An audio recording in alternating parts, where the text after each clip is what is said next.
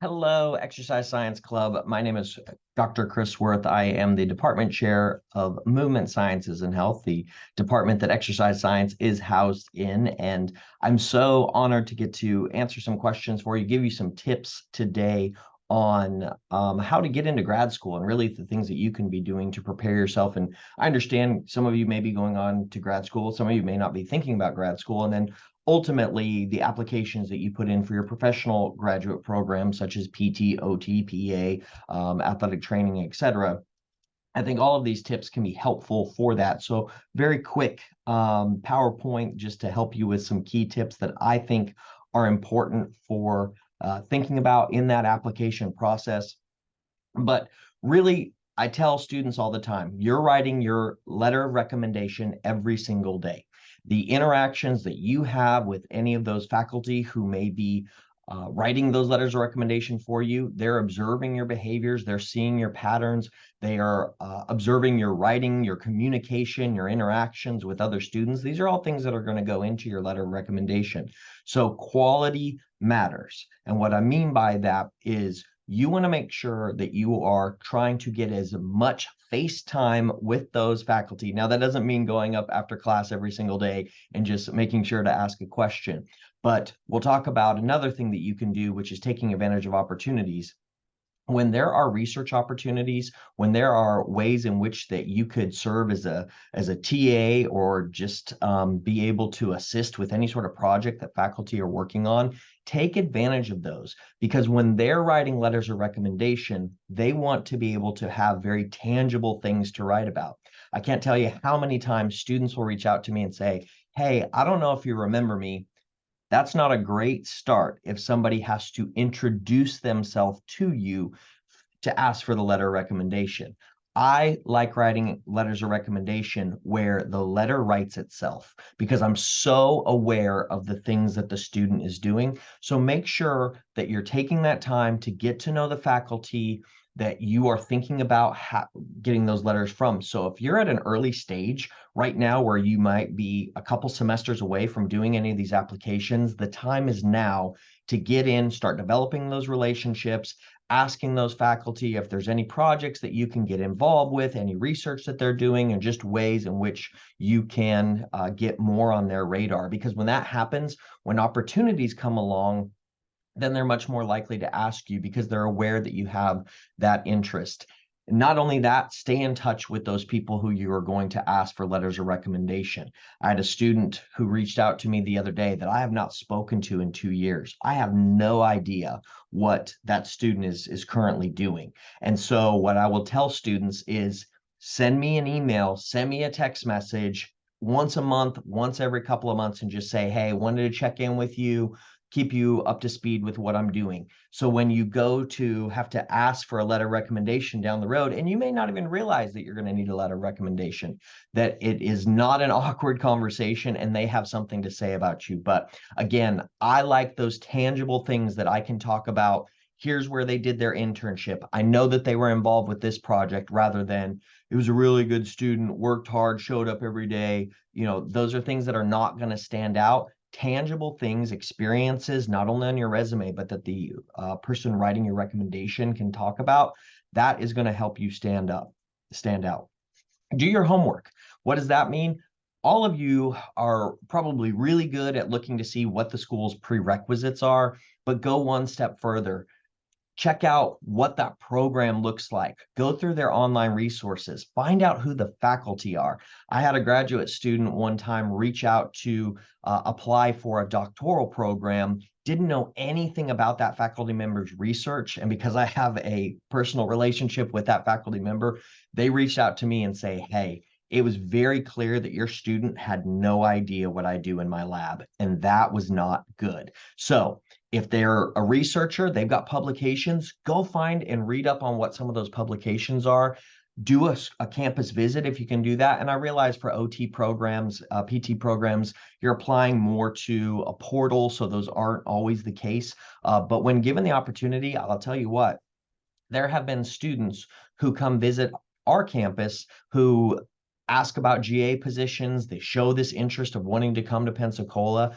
those students really stand out to me. So go check out those schools, see if it's a place that you would want to live, get to know a little bit about that atmosphere. And again, it's not an expectation for you to be able to travel all over the country. But at minimum, check out the websites, know about the labs and the areas and the different things that they offer. You know, if that OT program has a very unique cadaver lab or something, be aware of that so that you can talk about that in your interview. But the more homework you do, the more research you do, and I'll tell you, even for students that want to continue to stay at UWF, and we absolutely, you know, want you to consider that.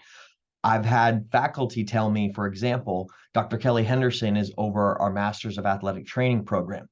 Students at UWF will apply to that Masters of Athletic Training program and never speak to her. Her office is right in the same building that you all are taking classes. So if you're thinking about applying to one of the master's programs here at UWF, go talk with those faculty, get in front of them, ask what is the best things that you can be doing for your application package. And speaking of that, revise your materials. I had served as a letter recommendation and a reference for a graduate student who went to go get a position, coaching position unrelated. And that head basketball coach reached out to me and said, "Hey, I just would like to ask you a couple of questions about so-and-so's attention to detail. They said that they've got really great attention to detail." And yet their resume had all sorts of errors. First off, don't ever say that you pay attention to detail, because you've just got a red mark on your back that someone is going to look to see that you make some errors. Furthermore, things like give 100% or 110%, work really hard, pay attention to detail, that's all fluff. You need to put first in your resume all the tangible things that you've done, the experiences that are unique. I've logged 500 hours at whatever observation, or I did this particular internship. On that internship, I did the following skills. I collected, I sorted, I dated, you know, whatever that you were involved with. Because people are going to be looking at your materials for a couple of things. One, what are your experiences? Two, what is your communication in your writing? Graduate school is all about professional writing.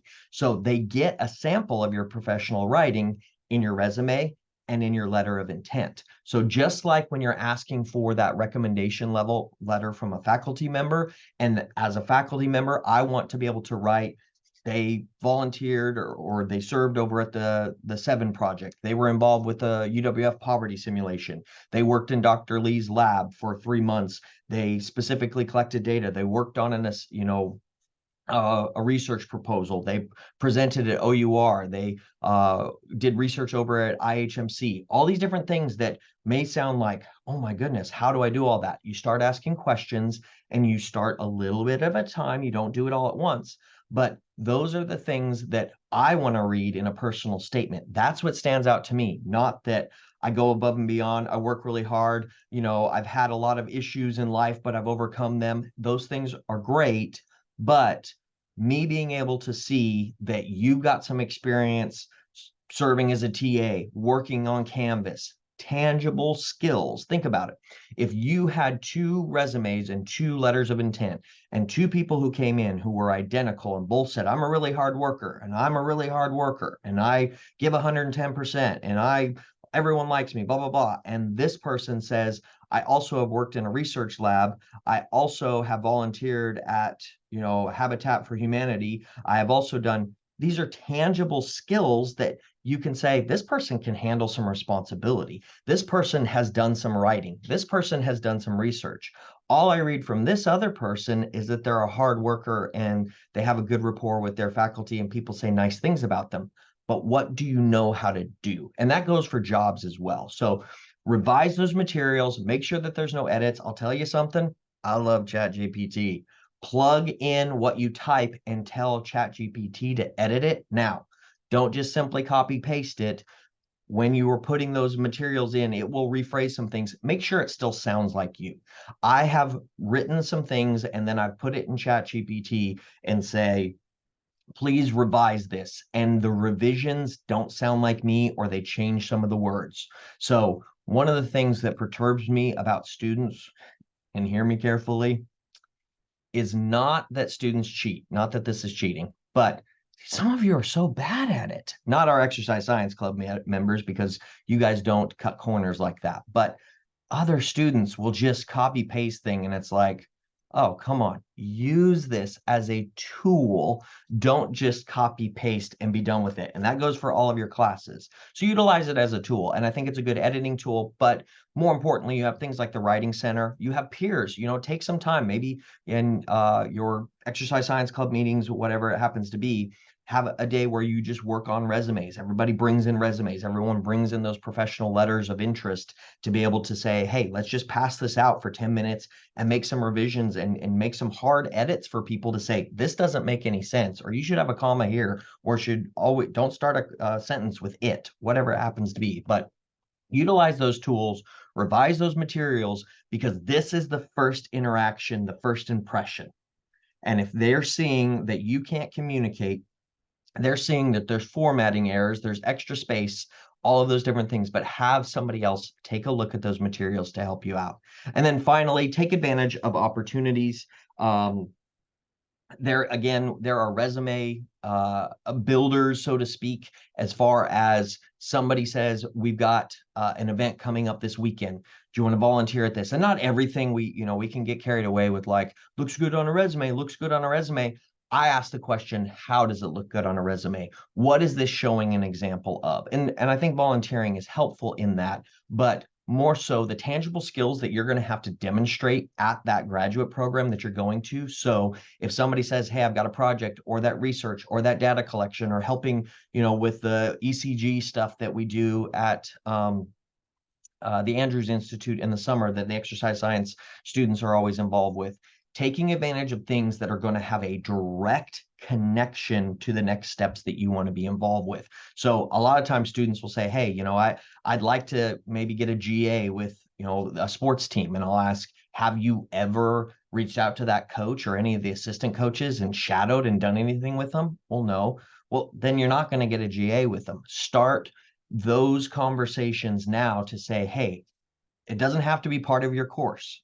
A lot of students are waiting to see, is this something that I can do in an internship or I can do in my practicum experience? There's nothing that stops you from knocking on someone's door, sending an email and saying, hey, I'd like to shadow. And guess what? They may say no. And guess what? You go to the next person. Squeaky wheel gets the oil. Keep knocking until you get those opportunities that you're looking for. It's up to you to create some of those opportunities. It's our job to make sure you have the coursework to make you eligible for an exercise science degree. Then you're going to have to figure out what those elective are to make sure that you have the prerequisites to go into the specific programs you're looking for. But it's on you to continue to say, hey, I want to stand out. I'm not going to wait on the internship, because that's still 2 years away, when I can have an opportunity to go shadow somebody now that I don't need the university's permission on.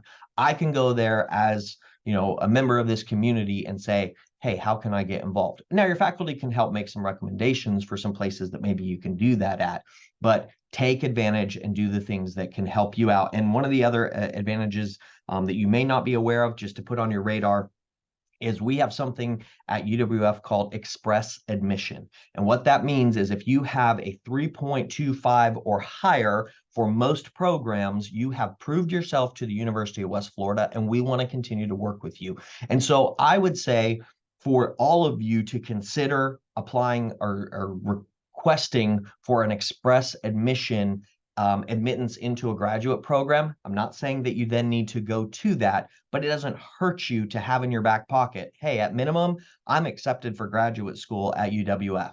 Now, even further, in the Department of Movement Sciences and Health, the department you're in, because our minimum qualification for graduate students is a 3.0, we set our express admission at 3.0. So if you're undecided, or maybe you've got a year out that you're waiting to go to graduate school, or excuse me, to a professional program, you might consider saying, hey, maybe I'll stick around and get one semester just in case maybe I don't get into the schools that I'm looking to get into, or maybe, something changes. You can put in that express admission for the exercise science program, for the Masters of Sports Performance and Coaching, which is fully online, and for the Masters of health promotion and worksite wellness.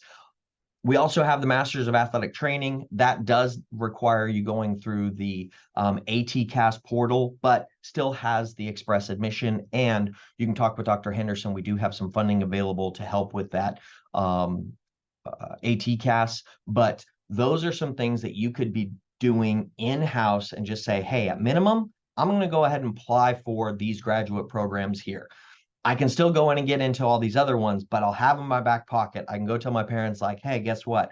I've been accepted into graduate school at the University of West Florida. I don't know if I'm going to take advantage of that because I'm looking at some other things, but at minimum, I've got that in my back pocket. So just something to consider. I know that's been quite a bit of information. Please reach out to me if you have any questions, or any of your other faculty would be happy to sit down and just give you any sort of specific pointers and help you out. There's my email. I'm available here in Building 72 most often, but keep up the great work, take advantage of opportunities.